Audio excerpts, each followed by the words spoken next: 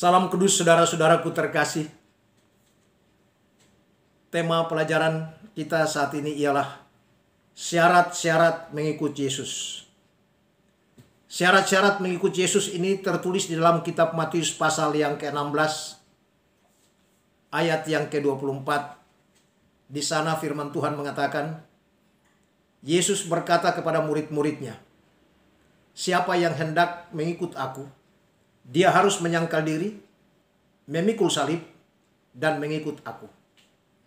Yang menjadi pertanyaan kita adalah, yang dimaksud dengan menyangkal diri, memikul salib, dan mengikut Yesus itu yang bagaimana? Untuk itu, kita akan menjawab berdasarkan syarat per syarat. Syarat yang pertama adalah menyangkal diri.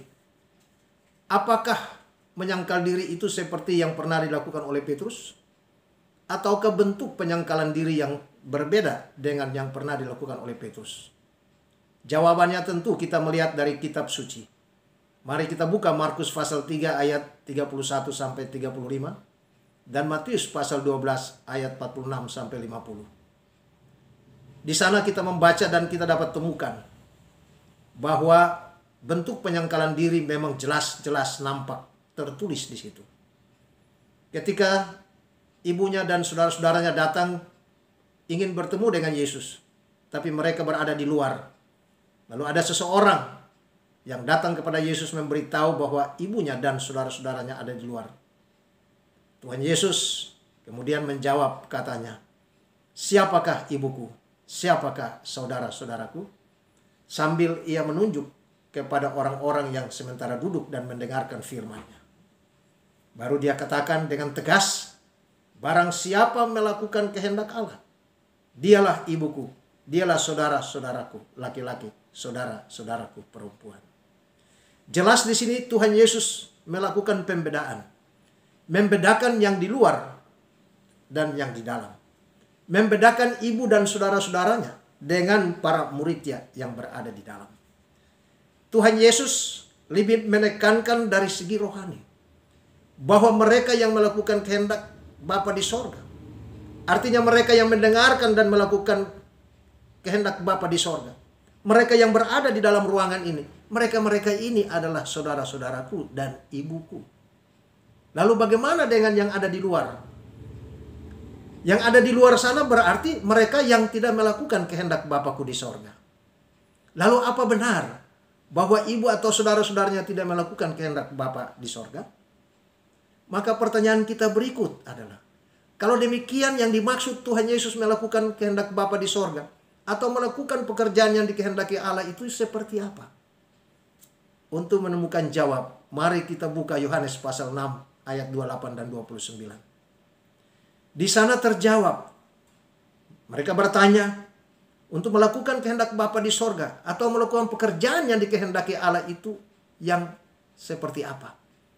Lalu jawab Yesus kepadanya, melakukan pekerjaan yang dikehendaki Allah ialah percaya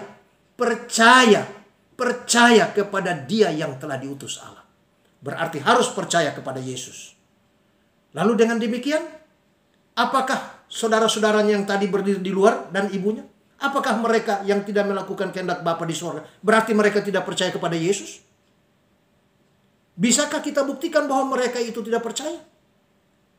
Dan juga tidak mungkin Yesus mengatakan dusta kepada orang-orang yang ada di situ. Yesus tidak mungkin berdusta. Kalau demikian, kita harus mengetahui, selidiki dari kitab suci. Apa benar mereka yang berada di luar sana itu tidak melakukan kehendak Bapa di sorga? Sebab kalau tidak melakukan kehendak Bapa di sorga berarti mereka tidak percaya kepada Yesus. Sementara Yesus, hubungan jasmani antara Yesus dan saudara dan ibunya. Lalu apa benar bahwa saudara-saudaranya itu tidak percaya pada Yesus? Mari kita buka Yohanes pasal 7 ayat yang kelima. Di dalam kitab Yohanes pasal 7 ayat yang kelima jelas terang benderang. Yesus berkata bahwa saudara-saudaranya tidak percaya kepada Yesus. Berarti jelas, yang melakukan kehendak Bapa di sorga ialah mereka yang percaya kepada Yesus. Artinya mereka yang duduk mendengar firman, mereka itulah yang percaya kepada Yesus. Yang berada di luar adalah mereka yang tidak melakukan kehendak Bapa di sorga. Mereka tidak percaya Yesus. Jelas kita menemukan luar biasa firman ini. Sekarang pertanyaan yang kedua. Atau syarat yang kedua. Memikul salib. Yang dimaksud dengan memikul salib ini yang seperti apa? Saya sudah percaya. Syarat yang pertama selesai. Maka syarat yang kedua. Memikul salib artinya harus menderita. Sebagaimana Kristus lebih dulu sudah menderita. Maka pengikutnya juga harus menderita. Di dalam Filipi pasal 1 ayat 29, firman Tuhan mengatakan, sebab kepada kamu dikaruniakan bukan hanya percaya kepada Kristus, melainkan juga untuk menderita untuk Dia. Jadi artinya setelah percaya, maka memang harus menderita. Benar sekali kata Yesus. Makanya saya sudah menyangkal diri selesai, syarat kedua harus memikul salib. Nah, memikul salib ini identik dengan penderitaan. Lalu kita bertanya, menderita dalam hal apa? Tentu jawabannya harus dari Alkitab. Di dalam 2 Timotius pasal 3 ayat yang ke-12 firman Tuhan memberi jawab. Setiap orang yang mau beribadah dalam Kristus pasti mengalami aniaya. Jadi setiap orang yang mau beribadah kepada Kristus ya, pasti mengalami penderitaan. Namun penderitaan yang dimaksud di sini bukan penderitaan karena berbuat dosa. Bukan karena melakukan kejahatan. Tapi karena melakukan kebenaran. Jadi kalau saudara diminta untuk rajin membaca firman Tuhan walaupun ngantuk, ya paksa diri. Harus. Nah itu bagian daripada penderitaan karena melakukan kebenaran. Itu juga menderita. Yang paling menyolok apabila saudara dan saya memberitakan Injil. Ketika kita beritakan Injil bahwa semua dosa sudah dihapus, lunas. Percaya Yesus pasti ke surga. Orang bilang, mana mungkin. Mereka sementara menghina. Mereka mencela kita. Kita beritakan kebenaran, mereka mengatakan bahwa kita adalah pembohong. Cuma hanya bisa ngomong pasti ke surga, pasti ke surga. Mereka mencela, mereka menghina, mereka membenci kita. Bahkan mereka membenci.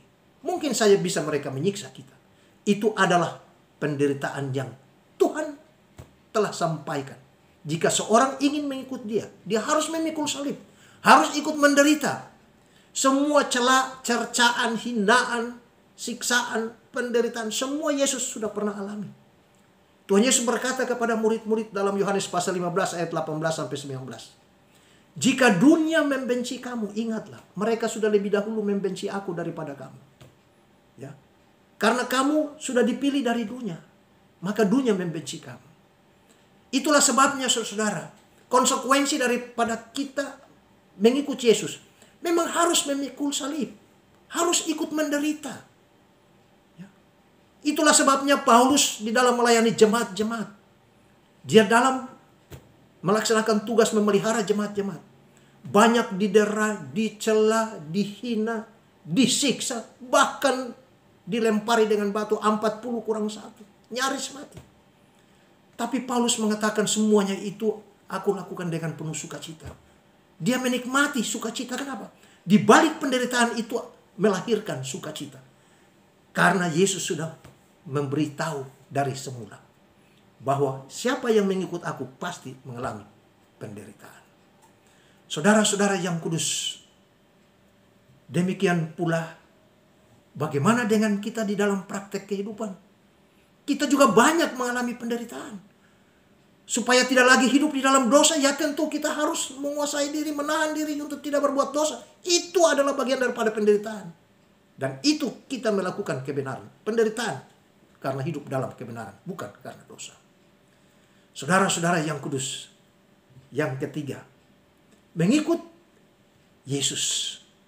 Mengikut Yesus dalam bentuk yang seperti apa? Atau yang bagaimana itu yang dimaksud dengan mengikut Yesus?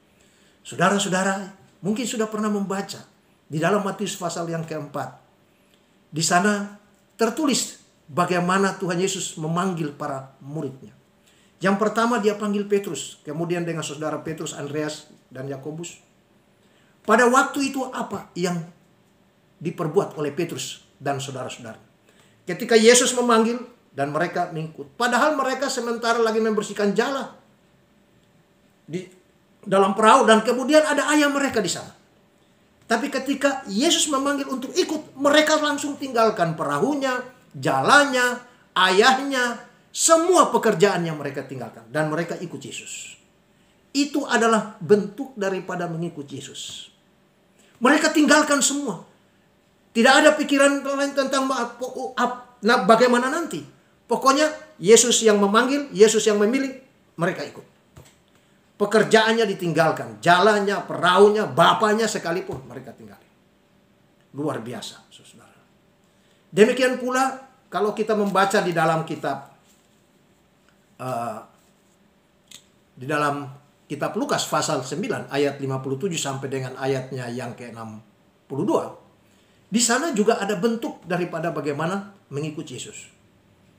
Ada seseorang yang mengatakan, aku mau mengikut engkau kemanapun engkau pergi. Tetapi apa kata Yesus? Burung punya sangkar, serigala punya lubang, tapi anak manusia tidak punya tempat untuk membaringkan kepalanya. Lalu Tuhan Yesus mengajak, ayo mari, mengajak seseorang, ayo mari ikut aku. Tapi orang itu mengatakan, izinkan aku menguburkan dulu ayahku. Apa kata Yesus? Biar saja, itu orang mati menguburkan orang mati, tapi engkau marilah ikutlah aku. Ada lagi yang lain mengatakan begini, iya saya pamit dulu dari keluarga baru ikut kamu.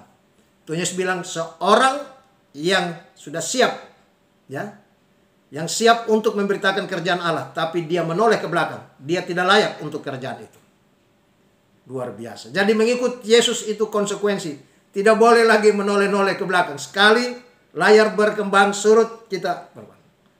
Artinya kalau sudah ikut Yesus, pandanglah ke depan. Tidak boleh noleh ke belakang. Kalau noleh ke belakang atau masih pakai alasannya ini, itu, izin, tidak. Kamu tidak layak. Contoh misalnya, istri Lot. Di dalam Kejadian pasal 19 ayat 17 dan 26. Pada waktu itu malaikat Tuhan sudah membawa keluarga ini untuk keluar. Dan kemudian diberitahu bahwa jangan kamu melihat lagi ke belakang. Tapi ternyata istri Lot, dia masih cinta kepada Sodom dan Gomora. Dan ketika dia menoleh ke belakang, disitulah dia tidak layak. Dan kemudian dia menjadi tiang garam. Ya, saudara-saudara yang kudus, kita sangat bersyukur dan berterima kasih bahwa uraian dan penjelasan tentang ketiga syarat, menyangkal diri, memikul salib, dan mengikut Yesus secara jelas, secara terang benderang sudah kita paparkan. Lalu yang menjadi pertanyaan terakhir ialah, apa keuntungan kita mengikut Yesus? Tentu tidak sia-sia. Firman Tuhan mengatakan jerih payah kita tidak sia-sia. Lalu apa keuntungan? Kita membaca dari Matius pasal 19 ayat 29. Bahwa di sana Tuhan Yesus menjanjikan, oleh karena kamu mengikut aku, kamu sudah meninggalkan pekerjaanmu, kamu sudah meninggalkan segala sesuatu, bahkan orang tua, keluargamu, saudaramu laki-laki, saudaramu perempuan, maka kamu akan mendapatkan kelipatan 100 kali lipat. Artinya, dari segi rohani, apabila nanti kita di sorga, kita akan mendapatkan profit, keuntungan 100 lipat ganda. Luar biasa, 100 kali lipat. Dan kita memperoleh hidup yang kekal. Berarti keuntungan untuk nanti, kehidupan nanti, itu 100 kali lipat digantikan, berikan kepada kita, dan kita memiliki hidup yang kekal. Sedangkan sementara kita hidup selagi masih di bumi ini, Keluaran pasal 23 ayat 25 firman Tuhan mengatakan, dengan beribadah kepada Allah, dia akan memberkati roti makanan, air minuman, dan dia menjauhkan sakit penyakit dari antara kita. Saudara-saudara yang kudus, mengikut Yesus ongkosnya memang mahal. Tetapi penderitaan yang kita alami selama di bumi ini tidaklah sebanding dengan kemuliaan yang akan kita terima dan nikmati nanti di sorga. 100 kali lipat ganda kita peroleh. Karena kita dengan sungguh-sungguh telah menyangkal diri, memikul salib, dan mengikut Yesus. Maka janji Yesus akan terpenuhi. Allah bukan manusia sehingga ia berdusta. Bukan anak manusia sehingga ia menyesal. Masakan ia berfirman dan tidak melakukannya, atau berbicara dan tidak menepatinya. Saudara-saudara yang kudus, percayalah, di sorga saudara akan menikmati kemuliaan bersama-sama dengan Allah kekal selama-lamanya. Tapi selama hidup di bumi ini, Dia memberkati pekerjaan Anda. Dia memberkati roti makanan, air minuman, dan segala sakit penyakit dijauhkan daripada kita.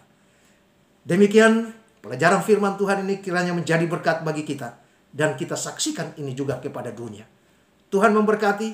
Salam kudus. Salam kudus. Amin.